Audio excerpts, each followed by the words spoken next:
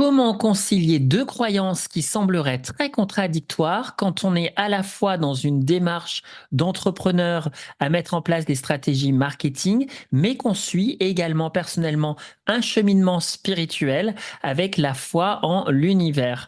Eh bien, qu'est-ce qui se passe? C'est qu'on peut parfois rentrer en contradiction parce qu'en tant qu'entrepreneur, on peut se dire: «Beh, je vais mettre tout en place, de mon côté, de ce qui dépend vraiment de moi, en analysant le marché, en faisant, des études, stratégiques, en ayant des tableaux d'analyse qui me dictent un petit peu quels sont les choix que je devrais faire, qu'est-ce qui est plus rentable, comment est-ce que je devrais me positionner, sur quel segment du marché, quelle est la publicité qui est bien, quel contenu est-ce que je dois générer. Donc avec beaucoup d'études sur un côté, purement très pragmatique. Et donc ça implique de la rigueur, ça implique de la discipline, ça implique vraiment de s'y mettre, hein, et de fournir, pas mal d'efforts.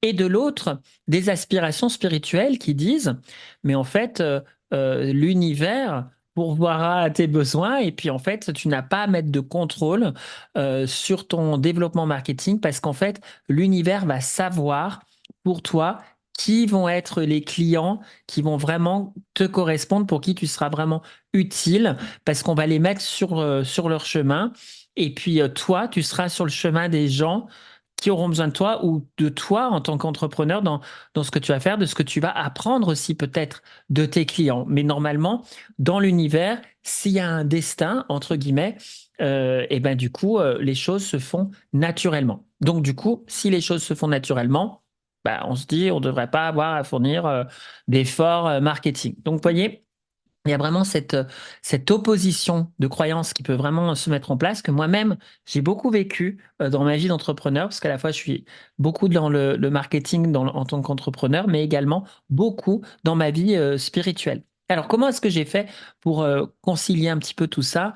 En fait, l'idée vraiment pour concilier ça, c'est pas de dire qu'on fait ou l'un ou l'autre. C'est un petit peu dans l'harmonie, c'est de considérer vraiment ces 2 aspects. Moi, j'aime bien le petit dicton qui dit: «Aide-toi et le ciel t'aidera». Donc ça, c'est la première chose, c'est de se dire qu'effectivement, pour que l'univers puisse, je dirais, m'envoyer des clients, pour que les personnes puissent ressentir si elles vibrent émotionnellement, énergétiquement, à qui je suis en tant qu'entrepreneur, hein, que je sois formateur ou coach, eh bien, ce qui va dépendre de moi, ça va être de me montrer, de me mettre en visibilité.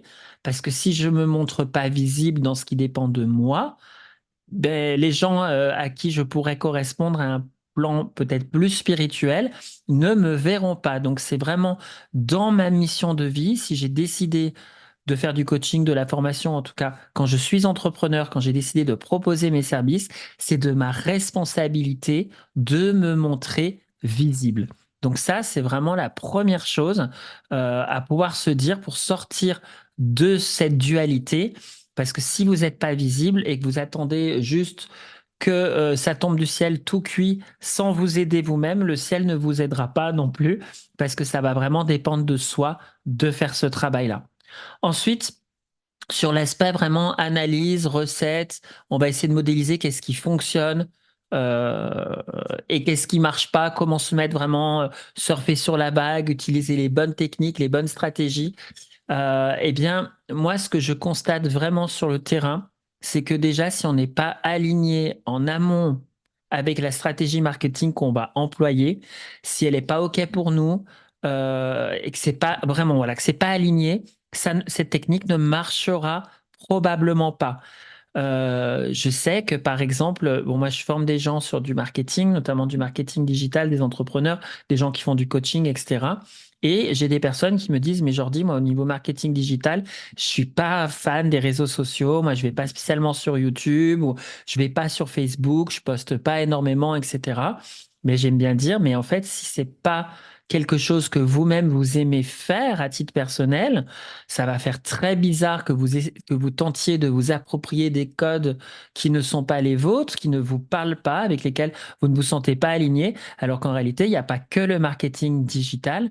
Vous pouvez peut-être aller, rencontrer, d'autres professionnels, dans des coworking, dans des salons, dans des conférences, en tout cas, voir de quelle manière vous pourriez faire différemment parce qu'effectivement, il va falloir se mettre dans quelque chose qui fait sens pour vous. Je vous donne un exemple. Bon, LinkedIn, en ce moment, je commence à, ça y est, à intégrer un peu plus ce réseau. Mais moi, pendant des années, j'étais vraiment sur Facebook et YouTube. C'est vraiment les deux réseaux sociaux avec lesquels je me sentais moi le plus aligné parce que du coup, c'est que moi-même j'utilisais le plus. Et Instagram, j'y allais pas trop, LinkedIn non plus. Ben, clairement, sur Insta et LinkedIn, ça prenait pas. Et c'est quand j'ai commencé moi-même à devenir friand de ces réseaux-là parce qu'il y a eu du contenu où je les trouvais intéressants, que finalement, j'ai commencé à développer un petit peu une audience sur ces réseaux-là aussi, parce qu'ils faisaient sens pour moi, je me sentais un petit peu plus aligné avec eux. Donc, vraiment, l'idée, c'est de toujours, si vous voulez faire les choses en lien avec votre spiritualité, avec votre alignement, c'est d'être cohérent entre vos actions marketing et ce qui va vraiment sens pour vous dans votre vie et aussi dans vos propres habitudes de consommation. Donc ça, c'est la deuxième chose. La troisième chose, le troisième aspect dont j'aimerais vous parler, c'est concernant le fait d'apporter du contenu. Apporter du contenu, quand on est entrepreneur et qu'on veut se démarquer, il ne s'agit pas d'être dans une démarche d'apporter du contenu pour réussir à faire en sorte que ça attire des clients. C'est vraiment de se dire quand j'apporte du contenu, sur Internet, comme je suis en train de le faire là avec cette vidéo, et j'ai plus de 200 vidéos sur ma chaîne YouTube, où je communique beaucoup sur les réseaux sociaux aussi. C'est pas de le faire dans une démarche de se dire, purée, j'ai compté mes heures là, ce contenu, j'espère qu'il va être rentable, hein, j'espère que ça va m'apporter de la thune, hein, que ça va m'apporter du monde. Si vous le faites dans cette démarche-là, moi, de mon expérience, c'est peu probable que ça fonctionne. Par contre, si vous le faites vraiment dans une démarche de vous dire, j'ai envie, j'ai un véritable appel du cœur, d'avoir envie, dans un premier temps, d'apporter de la valeur ajoutée aux personnes, de leur apporter des solutions, parce que j'ai envie de partager, et ça part d'une énergie de don et de générosité réelle. Quand vous êtes dans cette énergie-là, déjà, vous allez trouver l'énergie pour faire tous les contenus, pour qu'on puisse vous voir et vous trouver, mais vous le ferez dans une belle énergie du cœur. Et ça va vous faire tenir sur la durée parce que vous allez être dans cette énergie de don. Alors que si vous n'avez pas cette générosité à l'intérieur de vous, ben en fait, déjà, faire du contenu, alors que quand on fait du contenu gratuit, ça va pas vous apporter des clients dans l'immédiat, ça vous apportera des clients sur du moyen et du long terme, mais dans l'immédiat, ça ne vous apportera pas de clients. Vous allez vite vous décourager parce que vous allez vous dire, ah mais je comprends pas, j'ai fait des vidéos, elles sont pas assez regardées, ou j'ai fait des articles de blog, ils sont pas assez lus, etc. Oh bah au bout d'un mois, j'ai fait 4 vidéos, ça m'a pris énormément de temps, bah je laisse tomber parce que ça ne rapporte rien. Donc, vous voyez, donc ça veut dire qu'à ce moment-là, vous n'êtes pas dans du don quand vous faites les choses, vous êtes vraiment centré sur vous. Et donc, du coup, chaque fois que vous produisez du contenu, vous êtes forcément dans un effort de le produire. Eh bien, j'ai envie de vous dire que justement, pour moi, les personnes qui sont dans cette démarche-là de marketing, ça ne fonctionne pas parce que un vrai bon marketing, il doit être généreux, il doit être sincère. Et quand vous avez vraiment envie d'apporter de la valeur ajoutée aux gens gratuitement, plus vous allez le faire, plus les gens déjà vont ressentir dans la relation que vous instaurez avec eux, même si c'est pas une relation physique, c'est quand même c'est une relation virtuelle, mais c'est quand même, hein, c'est quand même une relation. Dans la relation que les gens vont avoir avec vous, ils vont sentir qui est-ce que vous êtes au niveau de votre identité, à qui ils ont affaire. Et si vous êtes très aligné dans cette énergie de don et de générosité, les gens vont le ressentir. Alors, vous aurez toujours des haters au milieu qui vont vous dire n'importe quoi. C'est quoi ce gourou? C'est escroc, je sais pas quoi. Mais ça, on s'en fout parce que de toute façon, ces gens-là, ils auraient jamais acheté vos produits. Mais les gens qui, justement, vont résonner spirituellement, énergétiquement, vibratoirement, au niveau des valeurs, émotionnellement avec vous, ces gens-là, ils vont ressentir votre énergie et du coup, ils vont être amenés probablement à devenir vos clients parce que du coup, il y aura eu cette rencontre. Même si elle était virtuelle, il y aura quand même eu cette rencontre de fait.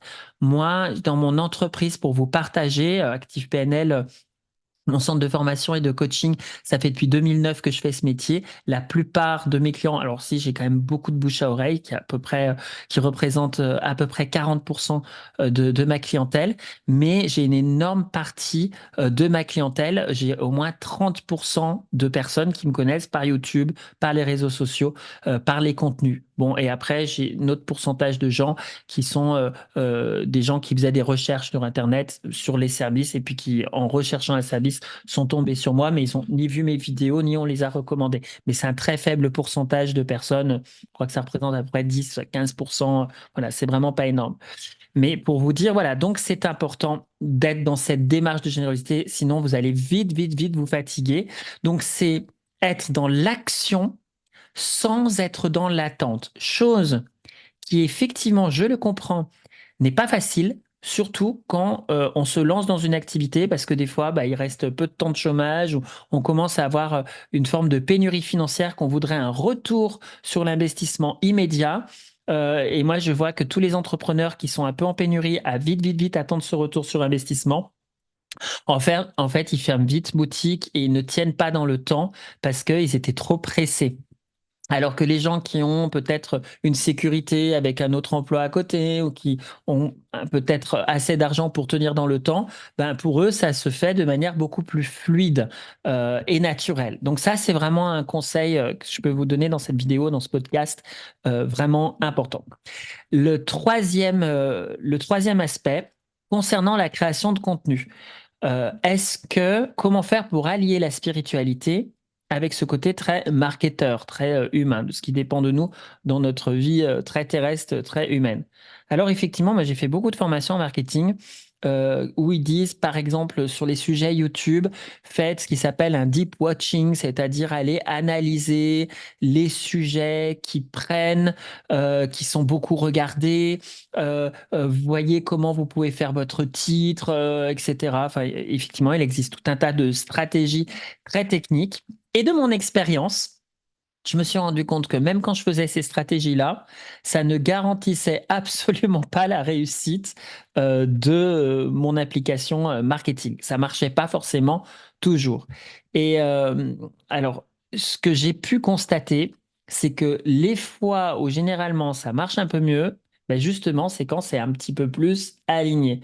Donc, on peut tout à fait, parce que je pense qu'il faut faire les deux, faire des contenus qui sont vraiment une analyse, hein. Vous allez regarder sur le marché quels sont les contenus qui pourraient plaire, comment est-ce que je pourrais vraiment rentrer en lien avec ma clientèle ou ma future clientèle par des vidéos ou des articles.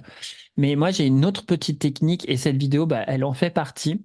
C'est que régulièrement, moi, quand je fais des méditations et que je me connecte à l'univers et que je me connecte vraiment à qu'est-ce qui est vraiment juste pour moi, il m'arrive aussi de faire vraiment des méditations où je me dis profondément de quoi est-ce que j'ai envie de parler et c'est quoi l'appel? C'est quoi l'appel à un niveau spirituel? Et je me laisse guider par, je pense que j'ai des guides ou une voix interne ou mon âme, je ne sais pas trop en fait.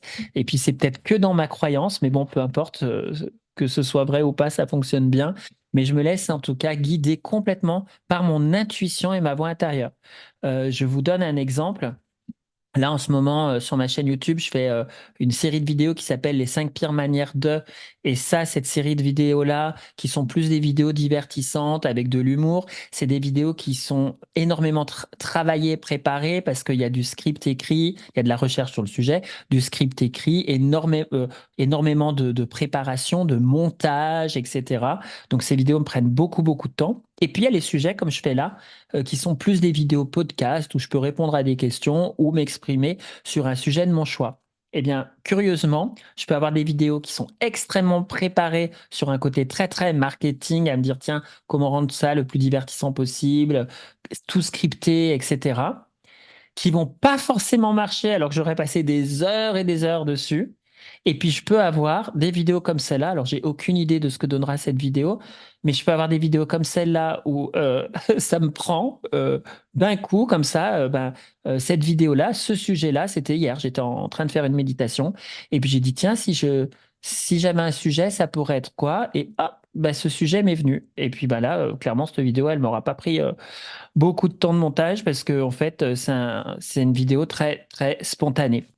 Ben, je pense qu'en alliant les deux, c'est pas mal. Et j'ai remarqué que souvent, c'est les formats plus spontanés et plus authentiques qui ont tendance à un peu plus marcher. Alors, est-ce que c'est parce que c'est beaucoup plus aligné au niveau de l'univers, je ne sais pas, ou est-ce que les gens ressentent et sont plus en contact avec cette authenticité? Je ne sais pas, mais en tout cas, c'est important de vous poser la question de votre alignement et de ce qui viendrait. Vous voyez, par exemple, je vous donne une autre info comme ça. Sur ma chaîne, j'ai une vidéo qui s'appelle Le coaching est-il mort en France en 2024 avec beaucoup d'arguments qui montrent que le contexte est très difficile. Quand j'ai fait ma méditation, à l'intérieur de moi, ça m'a dit, Jordi, fais une vidéo sur ce sujet, sur les difficultés que les gens qui veulent se lancer dans le coaching, faut que tu les dises que de ce que tu as vu sur le terrain, de ce que tu as constaté. Et en fait, cette vidéo, je l'ai pas faite tout de suite parce que j'ai eu plein de freins où je me suis dit, oh là là, tu vas parler de ça, mais t'es taré, t'as un organisme de formation, tu vends quand même des formations en coaching, t'es fou de faire ça, quoi. Tu te tires une balle dans le pied direct. Et en fait, comme ça me l'avait dit à l'intérieur de moi, Jordi, fais-le. Moi, j'écoute toujours ma petite voix. Et je l'ai fait. Et en fait, j'étais ravi parce que les commentaires que j'ai lus sous cette vidéo ou des gens qui m'ont écrit à côté, il y a plein de gens qui m'ont dit, Jordi, merci de ton authenticité, de ton honnêteté. Et en fait, ça n'a pas du tout empêché à ce qu'il y ait des gens qui me contactent quand même pour se former en coaching. Donc, vous voyez, en fait, il faut aussi, quand on écoute sa petite voix, au niveau marketing, notre petite voix en termes de marketing peut nous demander de faire certaines actions pour nous sortir de notre zone de confort et parfois affronter nos peurs. Et je pense que c'est pas mal d'écouter quand même ce que nous dit cette petite voix. Et là, du coup, tout est en accord. Si vous appliquez vraiment tous ces conseils pour être et à la fois en accord d'un point de vue spirituel et à la fois en accord d'un point de vue marketing, je pense qu'au niveau du résultat, même si on a un grand détachement au niveau du résultat, ce qui n'est pas évident, mais c'est un petit peu ça dans les lois, entre guillemets, spirituelles, de toujours être détaché du résultat. Je pense que c'est ce qui fonctionnera le mieux. Voilà les amis, c'était la petite vidéo, le petit podcast de la semaine. N'hésitez pas à me dire ce que vous en pensez, parce que j'aime beaucoup, je prends énormément de plaisir à vous lire. Merci les amis, à bientôt, au revoir.